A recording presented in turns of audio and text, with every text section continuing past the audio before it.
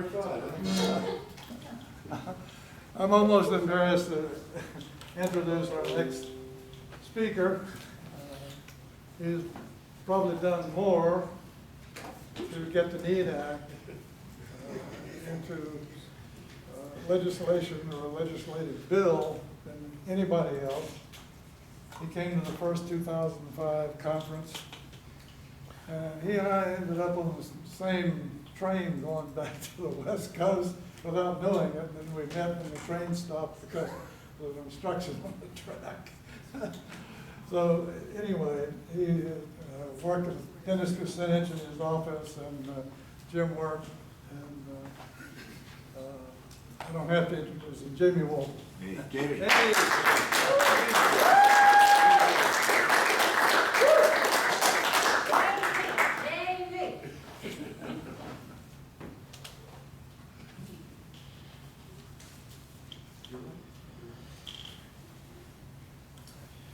All right, thank you very much, everyone. Can you hear me okay? Speak up. Move it up a little bit. I can't see it. What? No, you look great. All right. NEED Act, strategic way forward. Why me? Why do I have to do this? Well, I'm from New Zealand, not from the US. And my background is in engineering, not in economics. This is where I worked when I found out about monetary reform. It was a large hydroelectric project in a very remote part of the southwest of the South Island of New Zealand. And it was a 10-kilometre tunnel through some of the hardest rock in the world in a mountain range that was the collision point of two continental plates, the Australian plate and the Pacific plate. So it was very complex geology. This is the tunnel boring machine that we used. And this is how I spent my days for about 12, 13 hours a day, 12 hours every fortnight. And then one of the things I used to do to amuse myself in my spare time was read some magazines, and this one had an issue about money and banking, and that was in 1998, and it explained how the banking and money system worked. And there was this article by James Robertson, and he said, "I have a dream," and he basically laid out monetary reform, and I thought, well, that sounds so obvious. Why isn't that the case now? So why me? Well, once I read that, I can't let it go.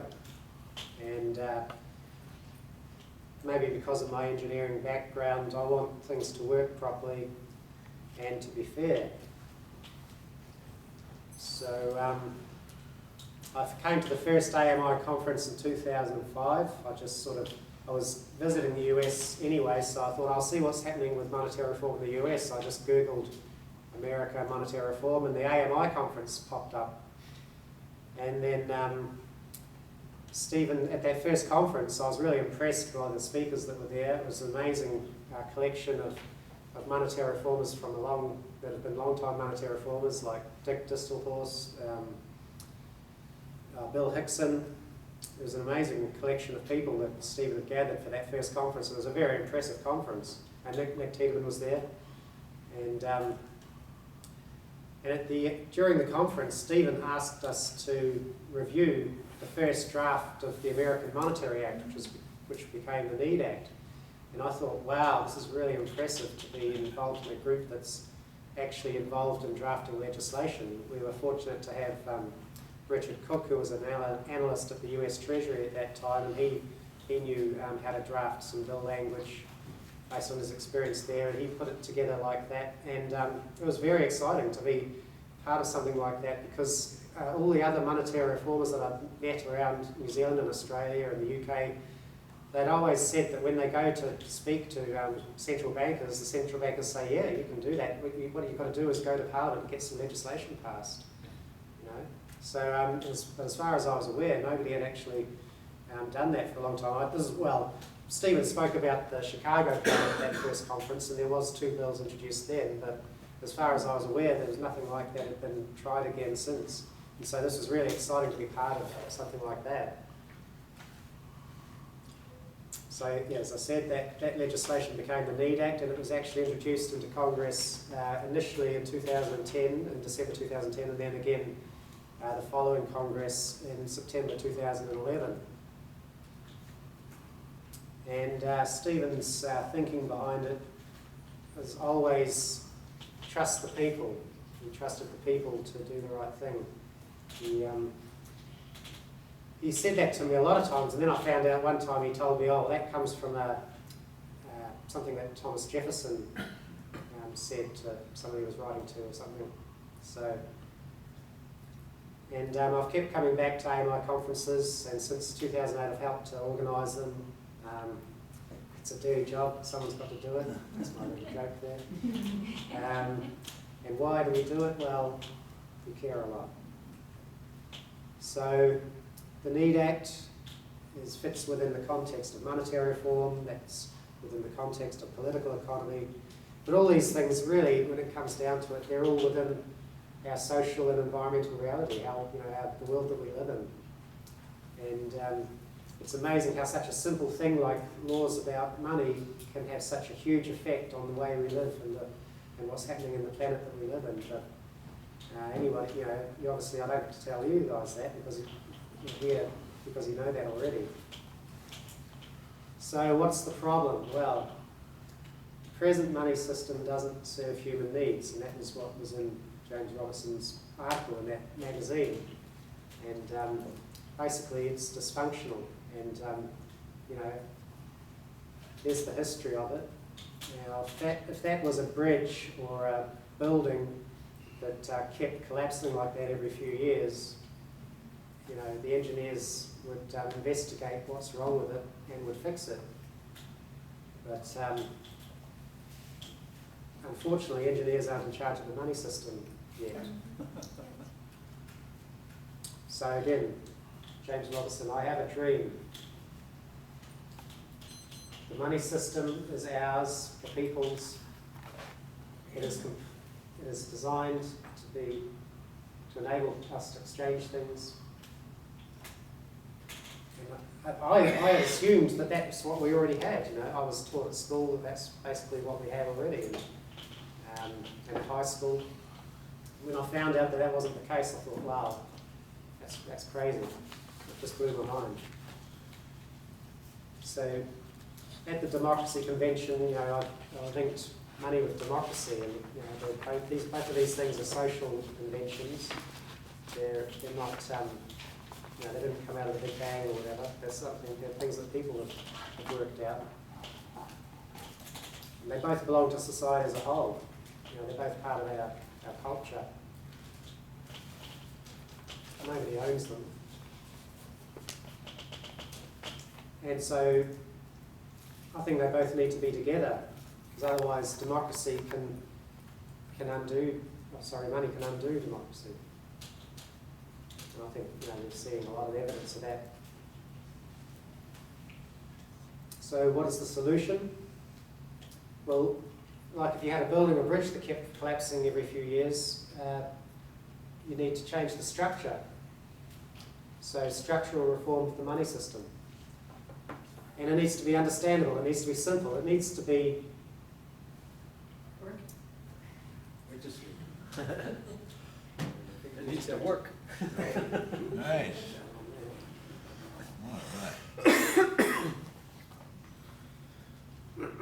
All right. Is that the same desktop? Yeah. Oh, okay. Sure. Oh, there we go.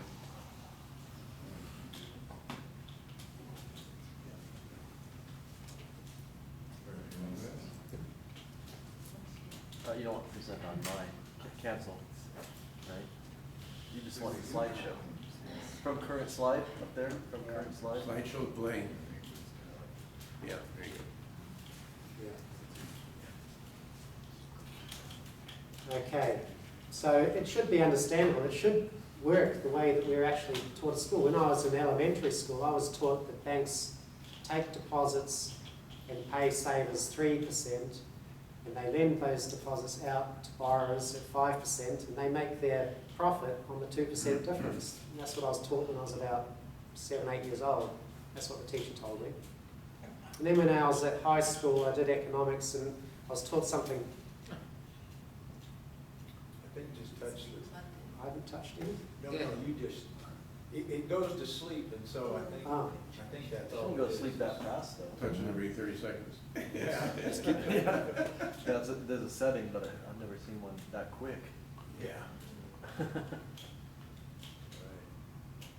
Well, that just means I have to go through the slides very quickly, I suppose. You're doing good, Jeremy.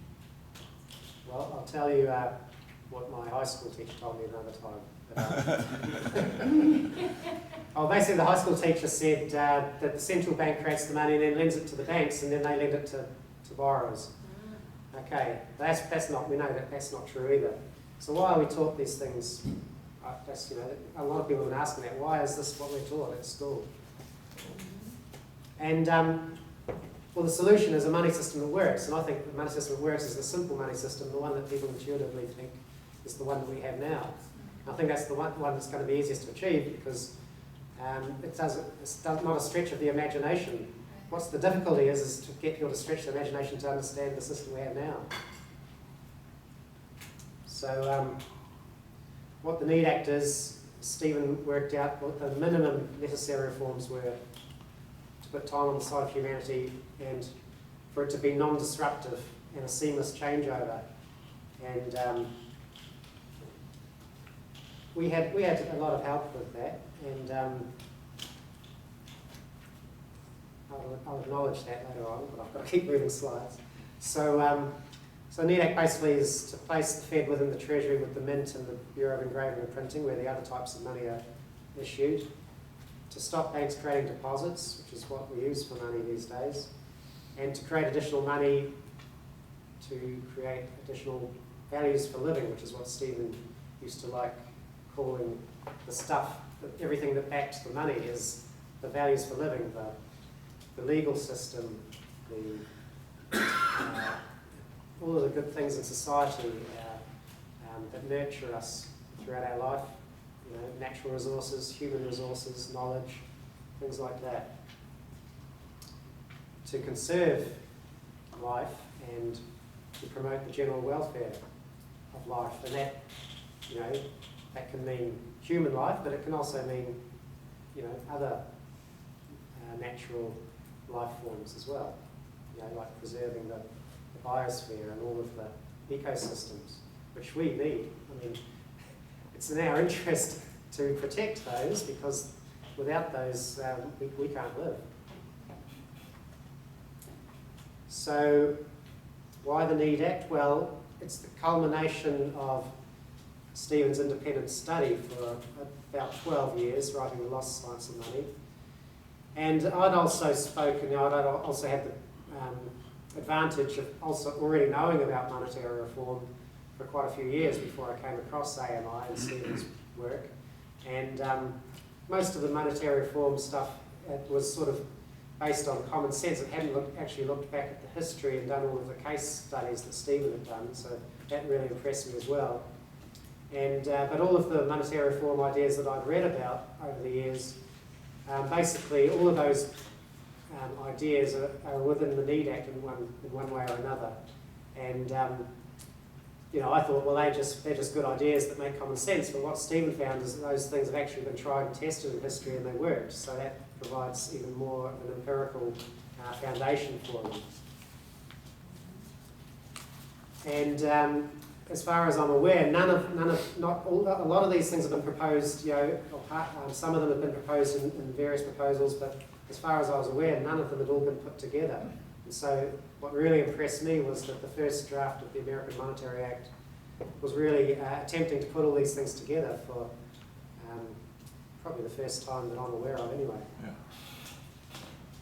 So just quickly, money, well, as you know the history, if you've read Stephen's book, there's been this false dichotomy, as Bob calls it, you know, two different things that are pretending to be an argument, and that neither of them are are actually any good. And so money is something that's separate from these things. It's in the middle. It sits between commodities and credit. And I'm sure you all know this quote, but I think it's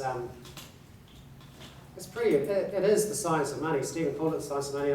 At first I thought, oh, that's a big statement for a simple sentence. But basically, everything that you need to work out a scientific way for looking at the monetary system within the context of political economy and within the context of our social and environmental reality can be applied to looking at this sentence. Money is demand, and then the supply side is the resources, the know-how, the knowledge, the human capital, the natural capital, the intellectual capital. All of these capitals that now accountants are working out how to account for all these things that up until recently haven't been counted.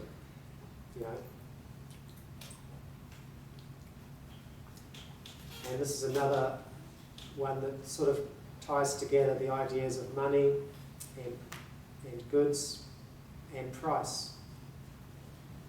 So prices in money units, you need money to buy the goods, all these things tie together.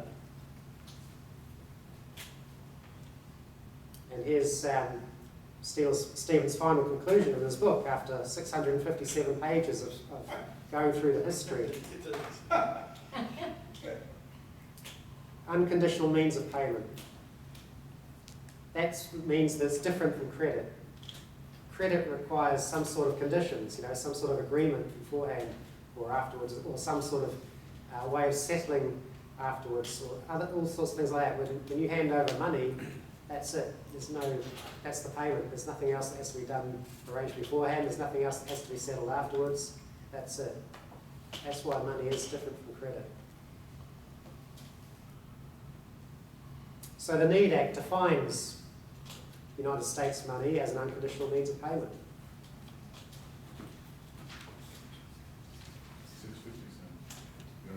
Now, you all know this as well.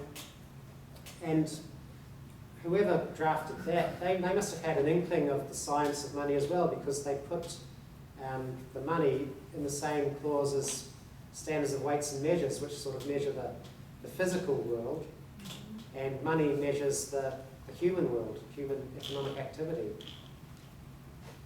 So again, there's an equivalence with being able to look at these things scientifically, as well as morally. So what does the Need Act do for you? Well, it makes your money safe. It makes it actually your money. At the moment, the money in your bank account is, you're an unsecured creditor of your bank, which that sort of scares people, especially when people see what happened in Cyprus with the bail-in, and now bail-ins are sort of like one of the things that they're looking at to try and help the banks keep afloat. So what the Need Act does is it makes the money actually your money. And it makes US dollars an asset, a net asset, and a liability to nobody. And that's basically what US coins are now, apart from the cost of producing them. This means that every dollar in circulation isn't a rented dollar.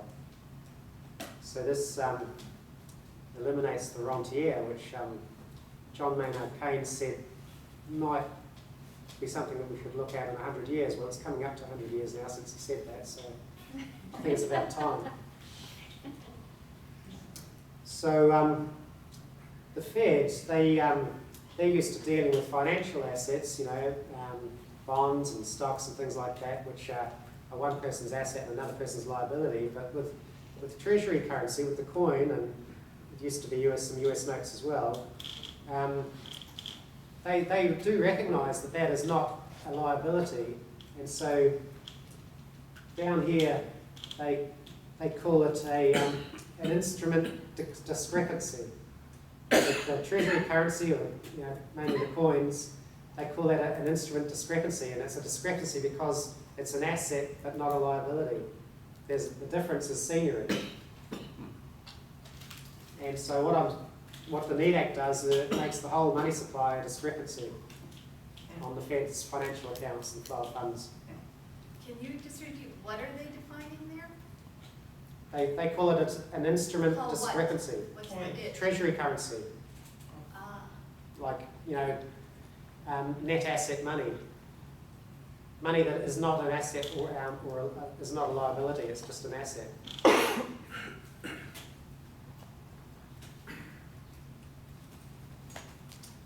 So, and this is what the US Treasury says, they call seigniorage an other financing source. So seigniorage adds to the government's cash balance.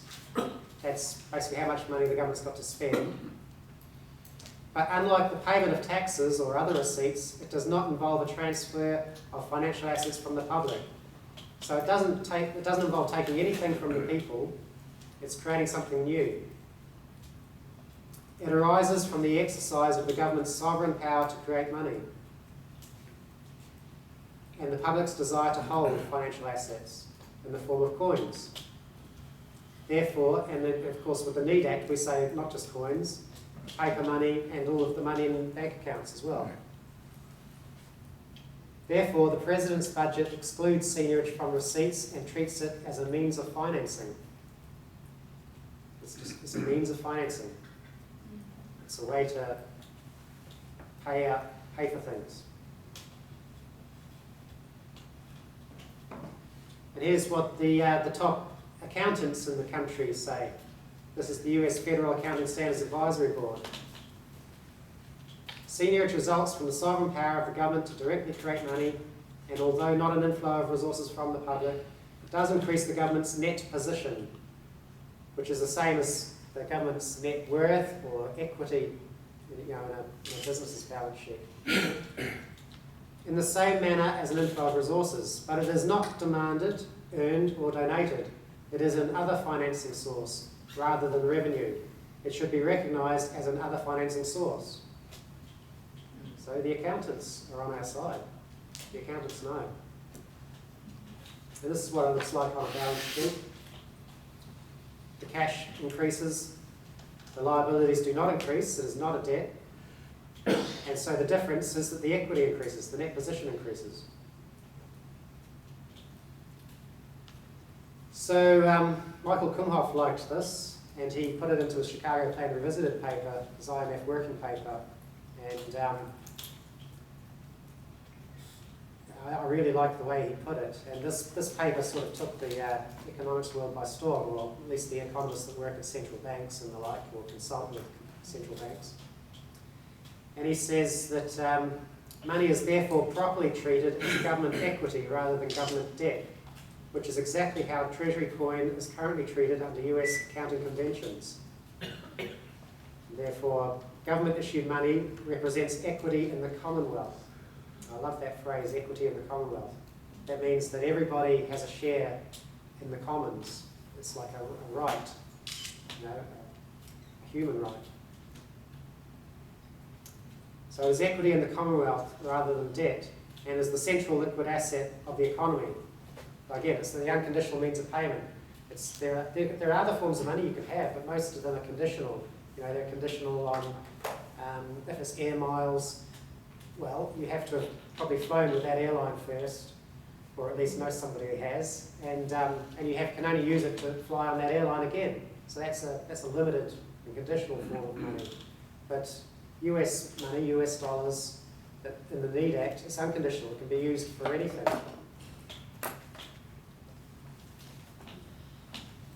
So the governing principle of the monetary authority is basically not to cause inflation or deflation, and to allow sufficient money to allow goods and services to trade in a balanced manner, and to and we maintain the current objectives of the Fed of price stability and maximum employment and moderate long-term interest rates. And I think it's been well established now with lots of speakers that we've had here and in the past conferences, and it's being admitted widely, in the economics world, or the commentators, that in the present money system, the Fed cannot achieve these objectives. And well, the evidence is they have not achieved them. So I mean, I don't know why there needs to be any more evidence than that. So the monetary authority can get a whole lot of information, from all of these sources. The Fed already collects a lot of this information. And so what does it mean? Well, when Dr. Kumhoff calibrated it in his model of the economy, he found that it was possible to have zero inflation when you match the money supply with the what's happening in the economy in terms of output. Now, of course, Mark Pash is correct that you cannot probably do that exactly accurately. There's always going to be some lag in collecting the information, but the indicator will be the measurements of inflation. And so, as long as you can, measure inflation reasonably quickly and you can adjust things, you'll be able to stay within a band. And as Michael Kumhoff found in his studies done at the Bank of England, his paper in 2015, Banks are not intermediaries and why this matters, he found that operating under a sovereign money system like the Need Act, that the highs and lows of booms and busts are basically smoothed out with a loanable funds model, which is the model that all economists assume exists now, all macroeconomists. So they should be happy because they didn't see this crash coming because they assume that we have the banking system that's in the Need Act. They assume that that's what's already exists now. So maybe their models might be applicable if the Need Act's in place. So the monetary authority, there's heaps of channels already to distribute money. Mark Pash in his talk, he talked about distribution methods. I think they're all excellent ideas. I think they could all totally complement with the Need Act, and there are already a whole bunch of programs that are up and running with the Treasury and various other agencies of government already funding all sorts of areas, for farmers, for small businesses, all sorts of activities that are going on right now. And so there's lots of distribution channels available, and I agree that the ones that Mark suggests would all be good distribution channels as well, and they would totally fit with the Need Act. So, when I was reading through the various drafts of the Need Act, I have to admit that I wasn't quite getting it. I didn't quite get it until I understood these three words, and then it all sort of came into clear focus for me. And I have to admit that, until a few years ago, I didn't really know what a balance sheet was. I mean, I'd heard of it, but I didn't really know what it was. I'd never studied accounting. And so Stephen and I were at a Chinese restaurant. It was actually the evening after his briefing on the Hill in 2011. And we were trying to ask him, what is this thing that it's not an asset and it's not a liability? And he says, that is equity. And we thought, yes, that's the word we've been looking for, because Stephen and I, since 2009, we had been asking professors of accounting at Chicago University and various other universities, we were asking them for the right language, and they all said that they couldn't help us. You would think that they would be able to answer a simple question like that, but I don't know, maybe they just didn't want to help us, I don't know. But anyway, thanks to Professor Yamaguchi, we came across the word equity. And so that basically means it's the residual value of assets minus liabilities. It's the net worth, it's a net asset. It's not tied to any liability. And then another word that came back from one of the drafts that came back was this word bailment. And I'd never heard of that word. I hadn't studied law either.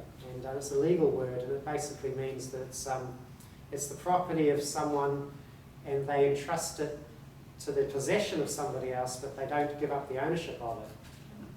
And so it's like when you put your furniture in a self-storage garage.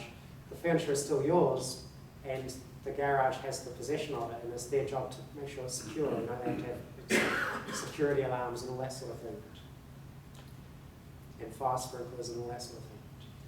So basically it means safekeeping. And that's what the NEED Act does. It puts all of the money, all of your dollars into like an electronic safety deposit box. Okay, it's not a liability of the bank. It's off the bank. It's not part of the bank's liabilities. It's in what they call memorandum items. And then so that was well. I asked Jim Work whether this was him that came up with this idea, and he couldn't.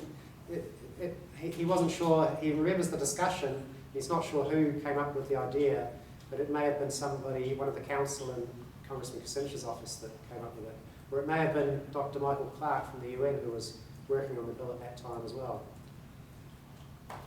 And the other word is fiduciary, and it was Bob Petit that gave us that word.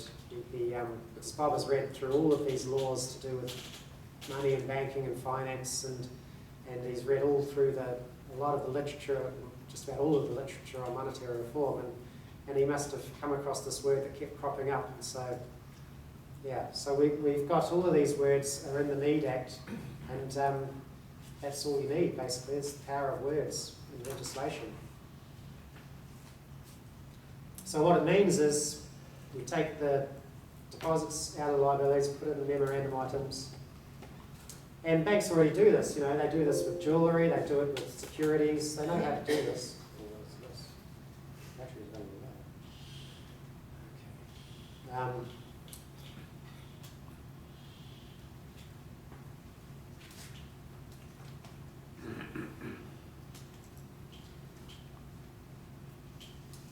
So here's the background. It says, banks historically have offered a variety of customer services that do not result in the recording of an asset or liability on the general ledger of the bank. These services include the issuance of consigned items such as US savings bonds, and so it goes on. So it's not, you know, banks are already doing this, so it's not difficult for them. And basically all of these things are already in electronic format now, they're in digital format. You know, about the only things that aren't is things like diamond necklaces and things like that. So again, here we go, safekeeping is basically what bailment means. And banks do this already, so they know how to do it. So it's not a big stretch for them at all. And I think it actually makes their job a lot easier. And so the FDIC, they already have, you see, they already have some bank deposits that are in consigned items, memorandum items. So it's telling me it's running out of power. That's probably why it was going to sleep so much.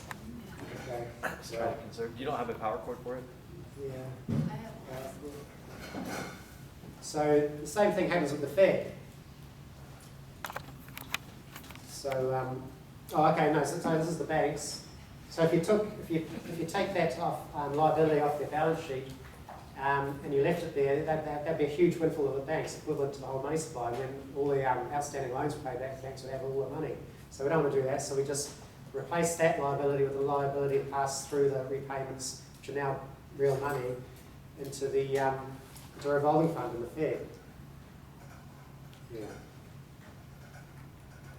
So, so basically, as loans get repaid,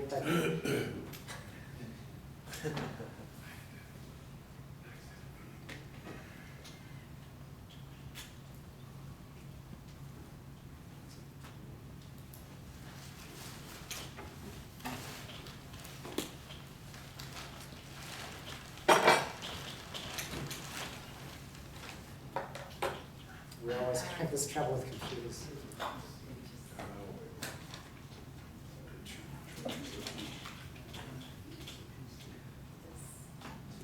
What kind of computer? Dell.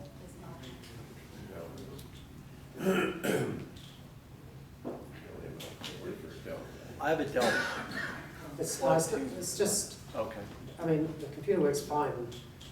The rest of Not the the time. power source. You have the power Yeah. cord? NSA.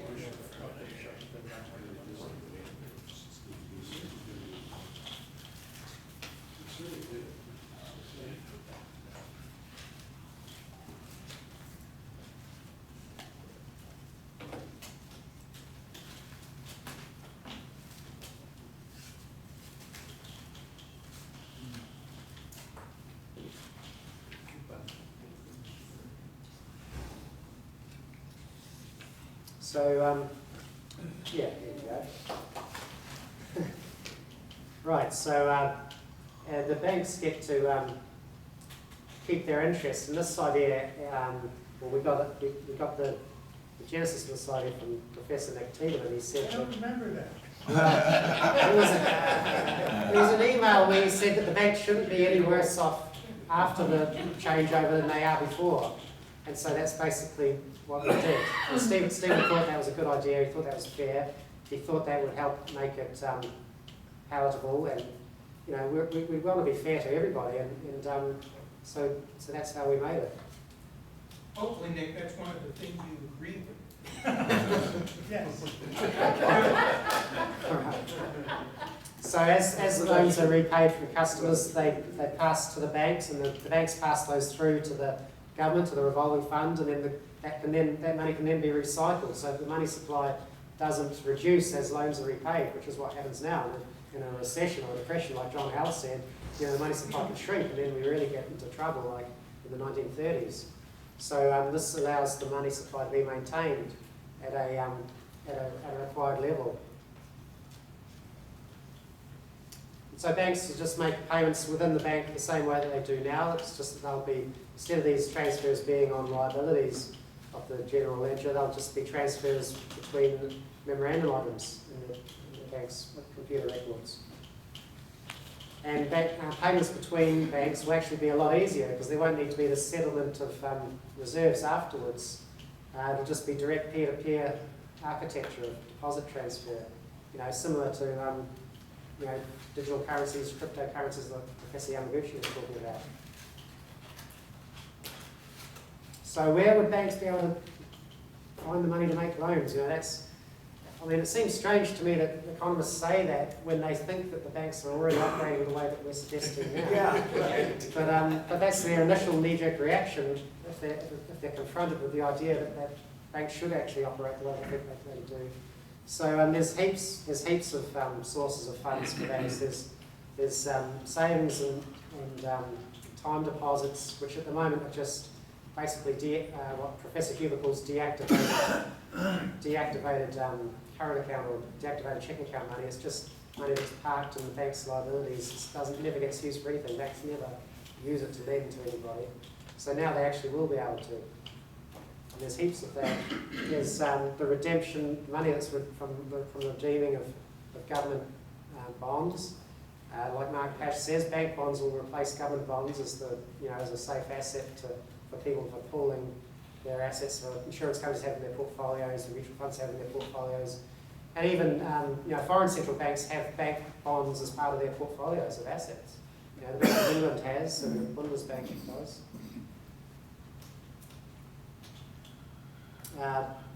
The bank's own funds, the banks get to keep their reserves that they have, they get returned to them, so they're not going to want to have them in a checking account, they're going to want to invest those, so they'll be able to make loans from those. And then there's all of the money coming through the revolving fund, which can be loaned to the banks, you know, basically similar to open market operations now. And except that it won't be treasury bonds, it won't be government bonds that are then exchanged, will be bank bonds or other collateral the banks put up. And then, you know, if that $20-odd trillion isn't enough, then there's plenty of, then there can be some additional temporary seniorage authorised to lend to the banks, and then, you know, I can't envisage that would ever be needed. I think there's going to be more than enough money, and we'll probably actually have to have some deposited in the Fed's term deposit facility, which would then go into the revolving fund. So the normal lending from banks would be the way that I was taught at primary school, or elementary school as you call it here. And so it's on the bank's balance sheet, they just take money, they keep a record that they borrowed some money from one depositor, they keep another record that they lent it to another depositor, and you know, pretty simple stuff. It's the way that finance companies operate. It's the way that all non-bank financial intermediaries operate. You know, it's easy. Other financial institutions do it all the time. You know, real estate investment trusts, mutual funds, all of those sorts of things. Finance companies, insurance companies, they all do this. And the banks will still be able to lend funds amongst each other on the interbank market. And then a supplementary way of banks being able to make loans is the way that I was taught at high school. The central bank would lend the money to the banks, and the banks would on lend it to borrowers. So at the Fed, again, reserves no longer liabilities, it's just all treated as US money. There's no difference between deposits and reserves, it's all just money in money accounts, digital money. And so you don't need all these government bonds anymore, and you don't need all those mortgage-backed securities and all that. So fiscal policy would be still, I think, would need some sort of revenue, but of course Dan Sullivan has got different ideas of what that revenue should be based on, and I think some sort of something like that is a good idea. And then there'd be seniorage, the other financing source, a means of financing, as the Treasury already knows. So the problem is they're just not doing it. And then if that wasn't sufficient for the government's budget, then they can still borrow, because it's still part of the Constitution. The government can borrow. In addition to the money supply, permanent money supply would be through disbursements of seniorage, and then there can be the fine-tuning by the net lending from the revolving fund into the economy. So you've got inflows and outflows from the Treasury. And, they just have to keep those in balance like they do now. And so what do? We add money for the general welfare and all these things that there's apparently not enough money for now. And everything's done on a per capita basis. That's why it's for the general welfare. That means it's all done. There's nobody or no group or no industry is favoured over any others. All of the money is dispersed on a per capita basis, and that's how it can come under the general welfare provision in the Constitution. And of course, all these things are subject to Congress, appropriations and authorisation. And one thing it does do is it restores the interest rate caps that used to exist up until about 1980-81. And the average of those was about 8%, the anti-usury laws. So we basically, and that is historically quite a high interest rate. It's not that often that it's gone above that. So, and I think it's been, Mark Cash and others have explained that in this system it'll tend to put downward pressure on interest rates. So I don't think they'll get anywhere near 8%. So this is the average of the money that the banks have been creating over the 10 years from 2001 to 2011 when the NEED Act was introduced. It was an average of $540 billion a year. So that works out as only about $1,700 per capita. So you could distribute that to people or give them a tax credit or whatever, but I don't think they'd get excited about that. I mean, I think about 50% of people don't pay any tax anyway because their income isn't enough, so that wouldn't help them at all. But I think not having to pay for education, not having to pay for post-secondary education, being able to go to college, I think that would be much more useful for people. And they reckon that, I think I've read or heard somewhere that for every dollar that, like in Germany and places in Europe, Denmark, they allow students to go to university for free, basically. And they reckon it pays back about 7 times over the lifetime of that student. So it's a good economic investment, much better than I think it's much better than giving it to people to individually, because $1,700 per person, I reckon you're going to get a lot more bang for your buck by having good transport systems, so that, traffic isn't congested. Because that, American Society of Civil Engineers say that costs trillions of dollars in waste every year.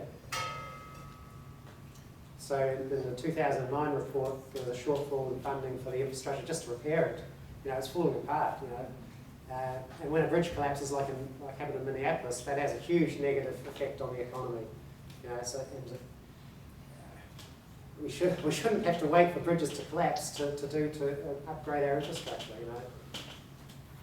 It's crazy. It just shows that the present system is just incapable of dealing with physical realities. So when I was in Congressman Kucinich's office, I had access to all the Congressional Research Service reports, and they worked out every $1 billion spent created so many jobs, and So I added it all up, and just on the federal expenditure on infrastructure, just from funding the shortfall in the current, from the American Society of Civil Engineers, it was over 7 million jobs. And then there's education, that's another part of it, from pre-kindergarten through to post-secondary. And then every 25% of the seniorage is distributed matching to the states to supplement their programs. So that would create over 6 million jobs in education. And then there's grants to, like I said, grants to the states, 25%, 135 billion distributed to the states, and just to help them with their budgets, because they're in a terrible situation at the moment.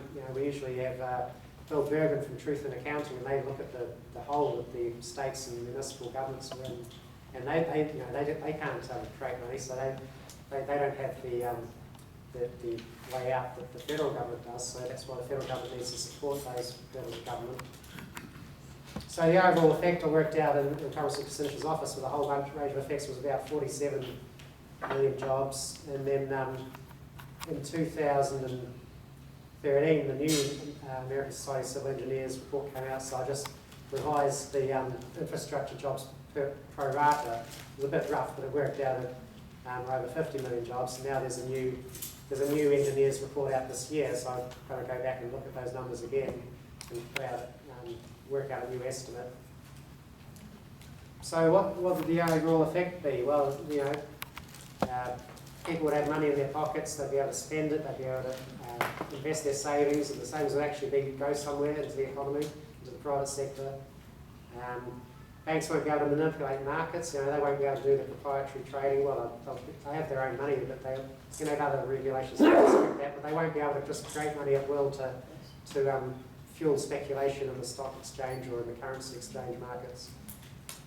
And they'll operate the same as every other business has to. So basically put banks on a level playing field with pension funds and insurance companies and finance companies. And so maybe a good constituency for us would be the financial institutions that aren't allowed to create money. I think they'd like to be operating on a level playing field with the banks. And so again, just the three key elements. Nationalise the Fed. I'm not scared of using that word. Basically just means buying the Fed back off the banks. Stop banks creating money and create money for the general welfare, including infrastructure, which is good jobs. It means all these people, all the students leaving high school and university and college, they've got an exciting career to look forward to, rather than, having a PhD in computer science or whatever and having to work in McDonald's or whatever, which is what's happening to a lot of people leaving school these days, leaving college. So our strategy, we have a whole bunch of people over here that say, the NEED Act, you should only do 10% of the money supply, or 33%, or 50%. And then we have a bunch of people over here, probably twice as many, that say, you're not doing enough. You should get rid of interest altogether. You should get rid of all of these financial manipulations and all that. So Stephen's ethos was just to do what the minimum basic things that were required to do to actually fix the system, and then we can move on to these other things. But let's stabilise the system first. Let's make it work, and then we can move on. But we know from history that when you do these partial things, we had greenbacks. The UK had Bradburys. Look where they are now.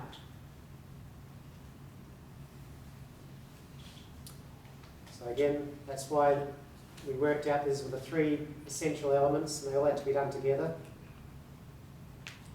And as Stephen always used to say, it's the minimum change necessary to achieve the desired result.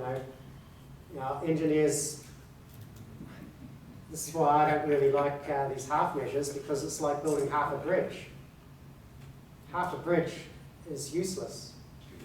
Half a bridge It doesn't get you to the other side. The return on investment of all the effort to try and get a half measure implemented is zero, ultimately. That's what we found with the greenbacks and the Bradburys and all these other partial reforms. They just don't exist anymore. So again, the minimum change necessary to be non-disruptive and to achieve the desired result. So I worked with AMI and Stephen for 7 years. I worked in Congressman Kissinchen's office. Worked out the funding and jobs. I shared that with others lobbying in Congress. And so what are my next steps, which is what I've asked all the other speakers to do, so I thought I'd better do it myself. So I'd like to do a paper on working out the effect of the NEED Act on employment, do a proper academic paper, an empirical paper with all the access to the best information that I can get. And I've been asking economists, are there any economists that specialise in employment? But so far I haven't found anyone who does that, but I have. So to estimate these jobs, I use the work of a guy called Robert Poland, who's in the University of Massachusetts Amherst. And so he must have access to that, so I'll have to go and ask him. I'd like to do a paper on how the NEED Act will affect the capital markets, including banks. I think it'll actually be really good for them. And I think that'll possibly be our most powerful selling point. And also, I'd like to make these into chapters for a small book that the AMI wants to publish, about monetary reform and the NEED Act, and why it's necessary and why other things won't work or won't do what we want to do. And my second wish is in the education area. I'd like, for a long time, since the Lost Science of Money book has been published, Stephen used to ask for feedback from people, and one of the things he'd ask was, tick here if you want to receive the study guide for $25 when it comes out. And so, the book came out in, I think, 2003, and we never had time to work on developing the study guide. But I think it'd be really good and a useful exercise to make reading the book more accessible and easier. And actually, that can also be used for an education course. And again, I would like to work on some study courses on monetary reform at an introductory level, an intermediate level, and an advanced level. So Sue has already worked on the study guide for the Lost Science of Money, and Steve Walsh is working on an introductory level for school students, and Lucille is working on a sort of a more advanced graduate, sort of postgraduate level, and I've spoken with some other people here who have agreed to help me with these papers and this, and possibly this course, and we're going to be talking a bit more about that tonight as well. And also I'd like to, a lot of the ideas we've had is to make some short animated videos, and I can review those for accuracy. I don't know how to make them. I've got no idea how to make them, but I can review the content of them to make sure that they're accurate. And if anyone else can help with Howard and others who want to make those videos, and I think we can use so that we will be able to use all the stuff that Positive Money and OnScale have used and just change the words and stuff. And I can just review it. So I'd like to do that, and I think that'll help with getting the word out on the internet and all that, and hopefully getting people to share it on Facebook and all these things. And